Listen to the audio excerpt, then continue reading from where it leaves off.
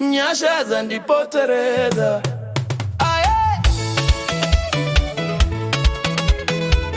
Vanhu vangu ngatimbota zvakanaka, nyasha nyasha nyasi tiri kutamba tichirumbidza Mwari varipo. Ndakambofamba ndine kuruva mumakumbo, ndichitsvaga nzira ndichishaya ruzivo, asi ruoko rwedenga rwakandibata rukandivhura musuwo wanga wakavharwa. Ndakambogara ndichingonyarara, mwoyo wangu wakaita seimba isina mwenje. Zvino ndava kuseka nerugare, nekuti Mwari vakandipa chipo.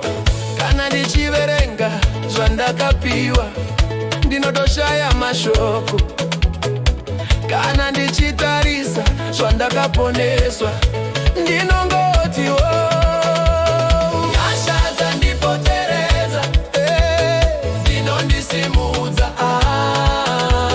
Nyasha dzandipoteredza, dzinondichengeta.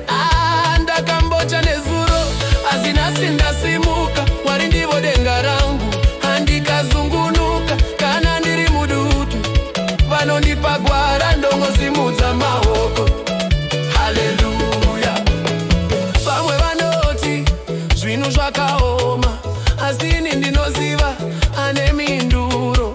Pandaita zvekushaya tariro, vakandipa chiedza, vakandipa mutsiko.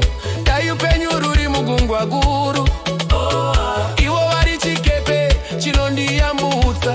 Dai manyeru ariri mari zina nyeredzi, Mwari ndivo mwenje usina dzime.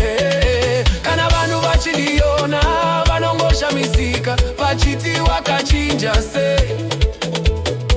Ini ndongoseka ndichiti hazvisi zvangu inyasha. Nyasha dzandipoteredza, dzinondisimudza. Nyasha dzandipoteredza, dzinondichengeta. Ndakambocha nezuro asi nhasi ndasimuka. Mwari ndivo denga rangu, handichazungunuka. Kana ndiri mudutu vanondipa gwara, ndongosimudza maoko. Haleluya. Ndati Mwari mukuru mukuru, ndati nyasha dzake dzake, ndati rudo rwake rwake, ndati simba rake rake. Kana wakamboponeswa tamba, kana wakambosimudzwa tamba, kana wakamborapwa tamba, kana wakomborehwa usamire.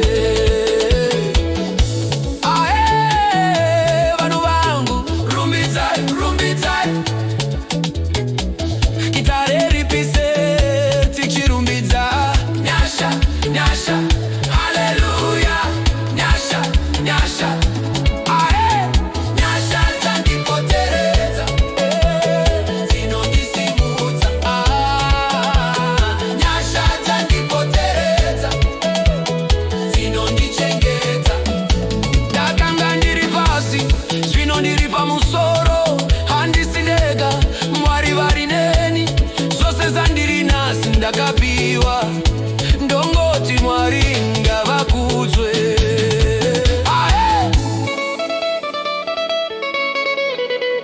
Vanhu vangu ngatimboita zvakanaka, nyasha nyasha, Mwari varipo.